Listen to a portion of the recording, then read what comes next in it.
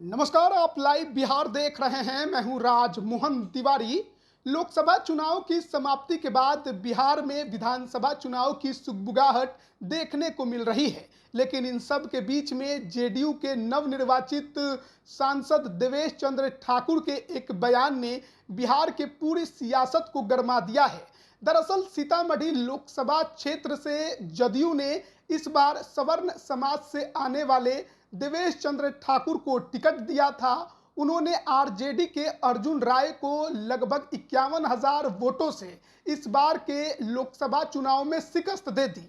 उसके बाद से लगातार अपने संसदीय क्षेत्र में घूमकर कार्यकर्ताओं को धन्यवाद कह रहे हैं, लेकिन इसी दौरान वो अपने संबोधन में कुछ ऐसी बातें बोल गए हैं जिसके बाद बिहार में सियासत गरमाई हुई है। दरअसल उन्होंने साफ तौर पर कह दिया है कि यादव और मुसलमान अगर अपना व्यक्तिगत काम कराने के लिए उनके पास आएंगे तो वो उनका काम नहीं करेंगे। उनका ये मानना है कि इस बार के लोकसभा चुनाव में यादव और मुसलमानों ने उनको वोट नहीं दिया, इसलिए वो उनसे नाराज हो गए हैं। उन्होंने अपने संबोधन में ये भी कहा है कि इसके पहले एक जनप्रतिनिधि के तौर पर उन्होंने इस समाज के लिए बहुत काम किया, लेकिन जब बात आई वोटिंग की, लोकसभा चुनाव की, तो इन दोनों समाजों ने, एमवाई समीकरण ने उनके खिलाफ राजद उम्मीदवार को वोट दिया और इसी वजह से वो सामाजिक तौर पर, सार्वजनिक तौर पर,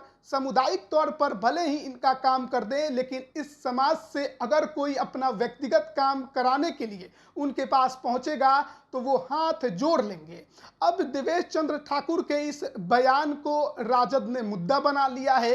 नीतीश कुमार को घेरने की कोशिश की जा रही है और इसी कड़ी में शिवहर से राजद की लोकसभा उम्मीदवार रही रितु जायसवाल ने भी देवेश चंद्र ठाकुर पर पलटवार करते हुए कहा है कि उन्होंने तो सीतामढ़ी लोकसभा के नामांकन के दौरान ही ये बात कह दी थी और आज वो तमाम बातें सच हो गई हैं। सबसे पहले हम आपको दिखाते हैं कि रितु जायसवाल अपने सोशल मीडिया प्लेटफॉर्म पर किस तरीके से देवेश चंद्र ठाकुर के इस बयान पर अपनी प्रतिक्रिया दे रही हैं और देवेश चंद्र ठाकुर को घेरने की कोशिश कर रही हैं। देखिए, वो लिखती हैं कि सीतामढ़ी में नामांकन सभा में मैंने जिस बात की आशंका जताई थी वो आज सच हो गई। सिर्फ टाइटल देखकर लोगों का काम नहीं करना, यह सीतामढ़ी के चुने हुए सांसद महोदय को शोभा नहीं देता है। एक सांसद की यह नैतिक जिम्मेदारी है कि वह चुनाव जीतने के बाद सभी वर्ग के लोगों के लिए समान रूप से काम करे।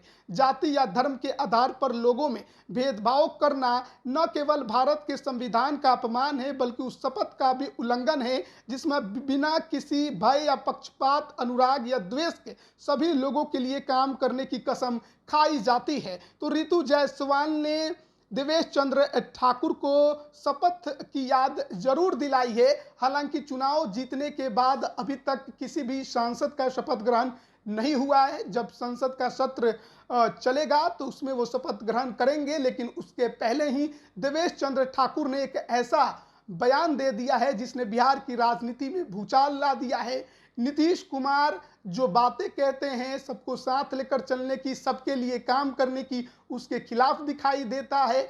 और जिस तरीके से सीतामढ़ी लोकसभा क्षेत्र का जो जातीय समीकरण है वो भी कहीं ना कहीं देवेश चंद्र ठाकुर पर आगे चलकर भारी पड़ सकता है, क्योंकि आपको मालूम होगा कि देवेश चंद्र ठाकुर वही हैं जिन्होंने जेडीयू से औपचारिक कैंडिडेट बनने से पहले ही ये कह दिया था कि वो उस क्षेत्र में इस बार चुनाव लड़ेंगे। नीतीश कुमार ने उन्हें इशारा कर दिया है और उसके बाद तमाम जेडीयू और कई पार्टियों के नेताओं की गोलबंदी हो गई थी जो कि पिछड़े समाज के थे और उनका कहना था कि यह सीट पिछड़े की है तो पिछड़े को ही देना चाहिए टिकट। लेकिन नीतीश कुमार उससे आगे बढ़कर एक सवर्ण को उन्होंने वहां से उम्मीदवार बनाया और देवेश चंद्र ठाकुर 51,000 वोटों से वहां पर चुनाव जीते हैं। लेकिन जिस तरीके का उनका ये बयान आया है जिसमें यादव और मुसलमान को वो निशाने पर ले रहे हैं और कह रहे हैं कि व्यक्तिगत तौर पर अगर कोई भी काम करवाने इन दो समाज से उनके पास आएगा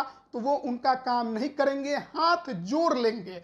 लेकिन अब उसे राजद ने मुद्दा जरूर बनाया है।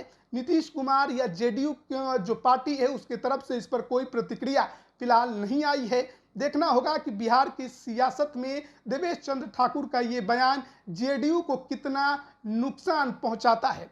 बने रहिएगा हमारे साथ, तमाम अपडेट हम आप तक पहुंचा रहे हैं। आप सभी का बहुत बहुत धन्यवाद।